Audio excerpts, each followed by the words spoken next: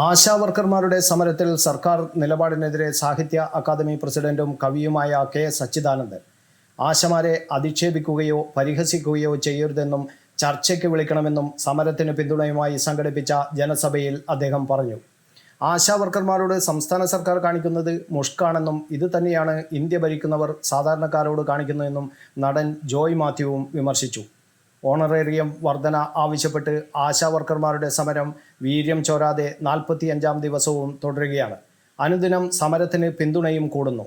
ആശാവർക്കർമാരുടെ honorarium മറ്റു സംസ്ഥാനങ്ങളുമായി താരതമ്യം ചെയ്യുന്നത് അസംബന്ധമാണെന്നാണ് കേരള സാഹിത്യ അക്കാദമി അധ്യക്ഷൻ കെ സച്ചിദാനന്ദൻ്റെ വിമർശനം.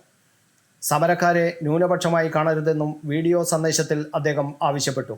ആശാവർക്കർമാരുടെ സമരത്തെ പിന്തുണച്ച് ഒരു പോസ്റ്റിടാൻ പോലുള്ള ധൈര്യം ഡിവൈഎഫ്ഐക്ക് ഇല്ലെന്നായിരുന്നു നടൻ ജോയ് മാത്യുവിൻ്റെ പരിഹാസം.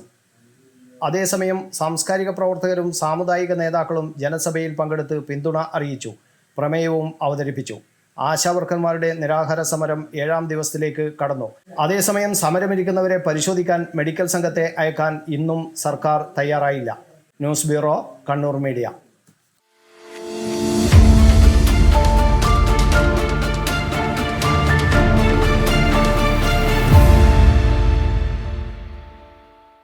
ശരി, പറയും എന്താ ഇങ്ങനെ പ്ലാൻ? കിച്ചൺ വർക്സും ഇന്റീരിയർ വർക്സും നമുക്ക് നല്ലൊരു ടീമിനെ ഏൽപ്പിക്കണം. പിന്നെ ഫർണിച്ചർ സുനിതയിൽ എടുക്കാം.